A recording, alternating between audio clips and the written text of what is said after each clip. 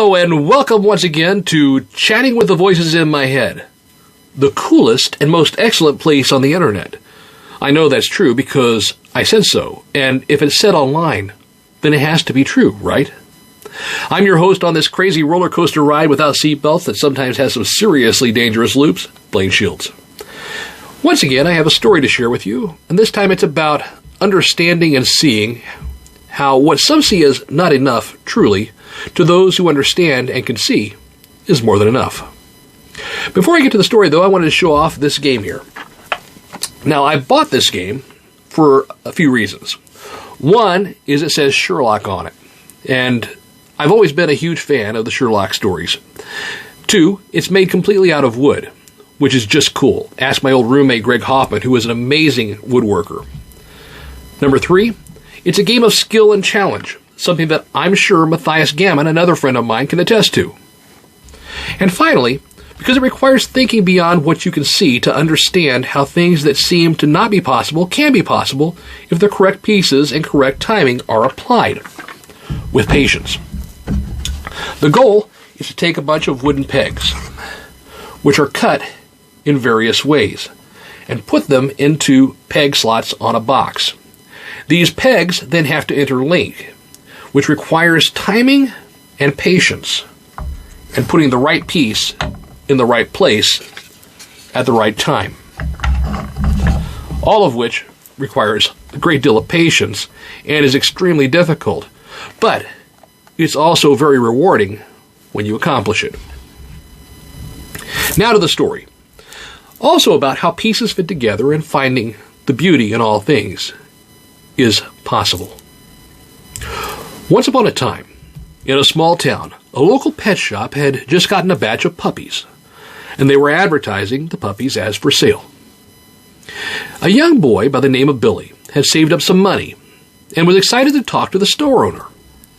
The young boy's parents had agreed to let the boy see if he could afford a puppy, and if he could, he would be allowed to take one home.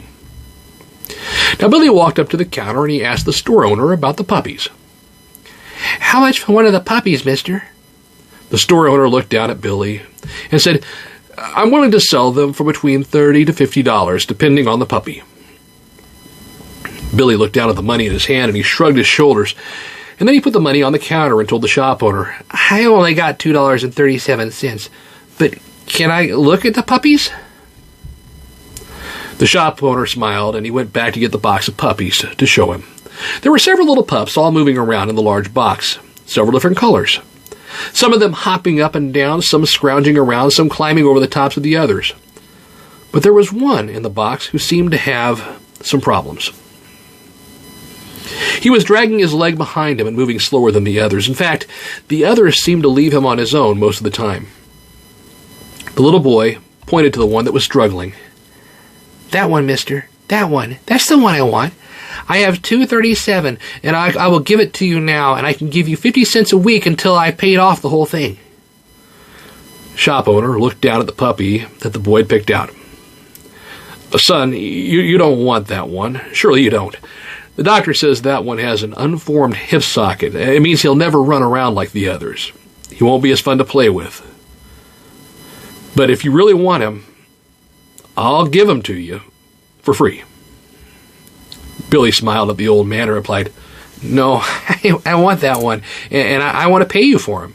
He's worth every penny, mister." The old man shook his head and said, "But son, he won't be able to keep up with you. He'll always be pretty slow." The little boy pulled up his pant leg to show a twisted leg with metal braces underneath his blue jeans. "It's okay, mister. He'll be plenty fast for me. He just needs someone who understands him." You know, sometimes it's important to not jump to a conclusion that something or someone doesn't fit. It's just a matter of putting perspective into play and understanding. If you're feeling like you don't fit in, trust me, you do. Just like all of the pegs on this box can fit together. It just takes patience and the right people who understand and love. Stay awesome, because you are awesome and you are loved.